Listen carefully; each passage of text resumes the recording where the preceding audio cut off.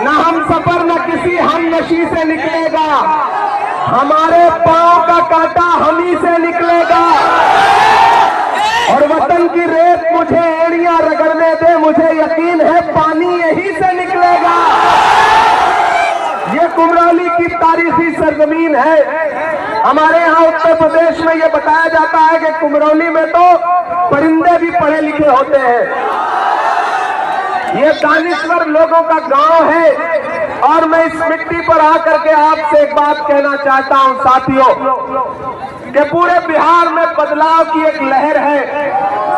बदलाव के लिए तैयार है बिहार।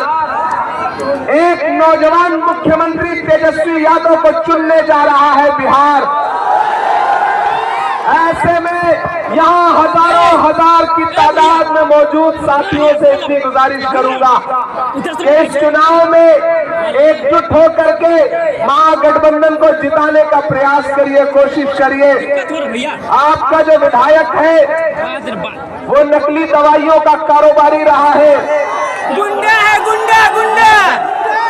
ऐसे में अब नकली दवाई खाने का समय जा चुका है। पूरे बिहार में एक तरफा महागठबंधन की लहर चल रही है। मैं पछवाड़ा से लेकर के, नालंदा से लेकर के, बिहार शरीफ से लेकर के, पूर्णिया से लेकर के, धमदाहा से लेकर के, बेतिया से लेकर के, राजापाकर से लेकर के, दीघा से लेकर के, फुलवारी शरीफ से लेकर के आज यहाँ आपके बीच में पहुंचा हूं और पूरा बिहार घूमने के बाद पूरी जिम्मेदारी से कह सकता हूं कि आने वाले 14 नवंबर को तेजस्वी यादव को मुख्यमंत्री बनने से कोई ताकत नहीं सकती है। मैं यहाँ आपसे ये कहने आया हूं कि कांग्रेस पार्टी ने ऋषि मिश्रा को आपका प्रत्याशी बना करके आपके बीच में भेजा है। मेरे नौजवान साथियों, जब मकसद बड़ा होता है तो छोटी छोटी चीजें नजरअंदाज करनी पड़ती हैं। ओ भैया, मेरी बात को बहुत समझदारी से और ध्यान से सुनना कि मरहम की लालच में अपनी दुखती रग का पता दुश्मन को देना सबसे बड़ी बेवकूफी होती है। कम बोलूंगा, ज्यादा समझना। ये चुनाव एक्सपेरिमेंट करने का चुनाव नहीं है। मैं उत्तर प्रदेश से आया हूं, मैं देख रहा हूं लोगों के उजड़ते हुए आशियाने, मैं देख रहा हूं असम में लोगों के टूटते हुए घरौंदे, मैं देख रहा हूं मध्य प्रदेश में किस तरह से सांप्रदायिक एजेंडे को लागू करने की कोशिश की जा रही है। ऐसे में ये इलेक्शन एक्सपेरिमेंट करने का इलेक्शन नहीं है, ये इलेक्शन बिहार में सरकार बदलने का इलेक्शन है। नीतीश कुमार जी बीमार हैं। कल मोदी जी पटना में रोड शो कर रहे थे, अपने साथ में नीतीश जी को खड़ा भी नहीं किया उन्होंने। इसका मतलब क्या है? इसका मतलब है कि काम हो चुका है।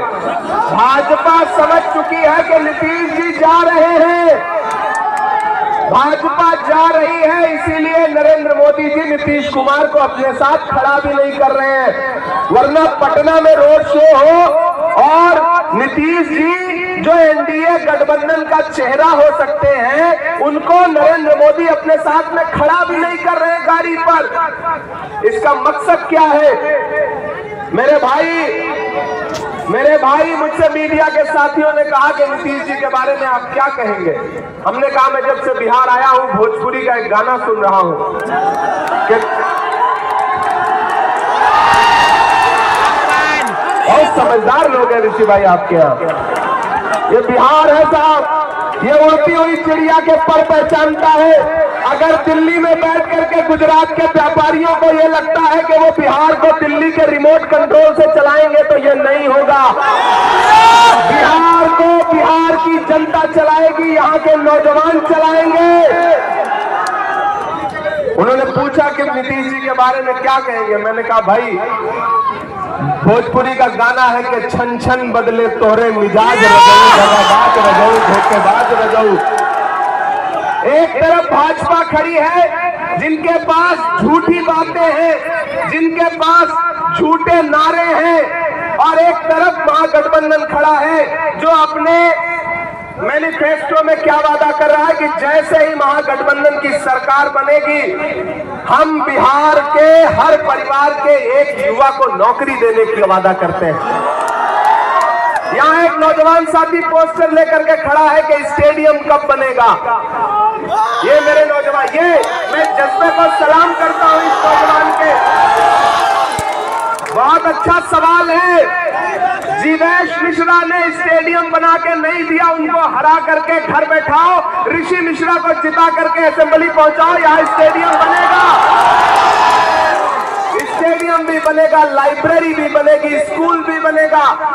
मेरे भाई, गुंडा विधायक, गुंडा विधायक, गुंडा। मैंने देखा है कि किस तरह बिहार के लोगों को इलाज के लिए एम्स के बाहर भटकना पड़ता है।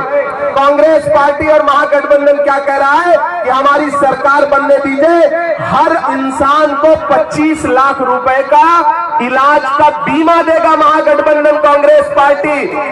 हम मुद्दों पर चुनाव लड़ रहे हैं, हम नफरत की बातें नहीं कर रहे हैं। मेरे भाई, ऋषि भाई आपके अपने हैं। मैंने कहा ना, जब मकसद बड़ा हो तो छोटी छोटी बातें नजरअंदाज करनी चाहिए। जीवेश मिश्रा के पिछले कुछ दिनों के भाषण उठा करके देखिए, उनके स्टेटमेंट उठा करके देखिए, वो कितनी चालाकी से, कितनी राजनीतिक तरीके से मामले को मोड़ देने के लिए किस तरह की बातें कर रहे हैं। जबकि सच्चाई ये है कि ये जाले की आवाम है, ये सारी चालाकी समझती है और इस बार सारी चालाकी खड़ी रह जाएगी। इस बार मुझे पता है कि आप ऋषि भाई को जिता करके असेंबली पहुंचाने जा रहे हैं। अरे उनकी जेलों की ऐसी तैसी, मेरे भाई, जेलों से डरना नहीं है, जेलों से डरना नहीं है। ये पिछले 11 साल से दिल्ली में बैठी हुई भाजपा की सरकार लोगों को जेल भेजने के अलावा और कर ही क्या रही है। लेकिन मैं डरा नहीं, मैं झुका नहीं, कहीं छुप छुपा के खड़ा नहीं। जो डटे हुए हैं महाज पर, मुझे उन सफों में तलाश कर। मेरे भाई, ये डरने का वक्त नहीं है, ये लड़ने का वक्त है। ये चुनाव बहुत जरूरी चुनाव है, इसलिए आप साथियों से गुजारिश है कि अदावत है, सियासत है, परिंदा है, शिकारी है। अदावत है, सियासत है, परिंदा है, शिकारी है, मगर इन सारी चीजों पर मोहब्बत अब भी भारी है। जाने वालों, अगले 1 मिनट आप, हाँ, चाय वाला भी सुनाएंगे, सब सुनाएंगे, सारा सुनाएंगे, लेकिन पहले संजीव जी से मेरी एक बात सुनो, मेरी एक बात सुनो। मेरे नौजवान साथियों, खास तौर से मेरी एक बात सुनो कि महान बादशाह सिकंदर ने जब यूनान जीता ना, तो जीत का जश्न मनाने के लिए शहर की सड़कों पर निकला, तो उसने देखा कि पूरा शहर तो जश्न मना रहा है, लेकिन एक फकीर आदमी बेखबर होकर के सो रहा है। सिकंदर को गुस्सा आ गया। सिकंदर अपने घोड़े से उतरा और उस सोते हुए फकीर के पास गया और उसको जोर की एक लात मारी और लात मार के कहा कि क्यों रे फकीर, मैंने शहर जीत लिया और तू सो रहा है। उस फकीर इंसान ने नीली आंखों से सिकंदर की तरफ देखा और देख करके कहा कि शहर जीतना बादशाहों का काम है, लेकिन लात मारना गधे का काम है। नारा लगा करके आए थे, बहुत हुई महंगाई की मार, अब की बार मोदी सरकार। हालत क्या हुई, 58 रुपए का पेट्रोल 100 रुपए के पार हो गया कि नहीं हो गया। ये महंगाई कम करने की बात करने वाली भाजपा और नीतीश की सरकार कफन तक पर जीएसटी लेती है, कफन तक पर। मैं आपका इमरान हूं, मैं आपके मुद्दों पर देश की पार्लियामेंट से लेकर के सड़क तक पर लड़ता हूं। जाले वालों, मैं आपसे ये कहने के लिए आया हूं कि याद करो 2022 को 7 सितंबर का वो शाम, जब कन्याकुमारी में समंदर के किनारे खड़े होकर के मोहब्बत के मसीहा राहुल गांधी ने कहा था कि भाजपा पूरे देश में नफरत का केरोसिन छिड़क रही है, मैं इस नफरत के खिलाफ कन्याकुमारी से कश्मीर तक पैदल चलूंगा। 4000 किलोमीटर राहुल गांधी पैदल चले। नफरत का शिकार इस देश में सबसे ज्यादा कौन है? हम हैं, आप हैं या नहीं है? ऐसे में उस नफरत के खिलाफ 4000 किलोमीटर राहुल गांधी चलते रहे, बस एक नारा लगाते हुए, नफरत छोड़ो भारत जोड़ो। बस एक नारा लगाते हुए, मुझे नफरत के बाजार में मोहब्बत की दुकान खोलनी है।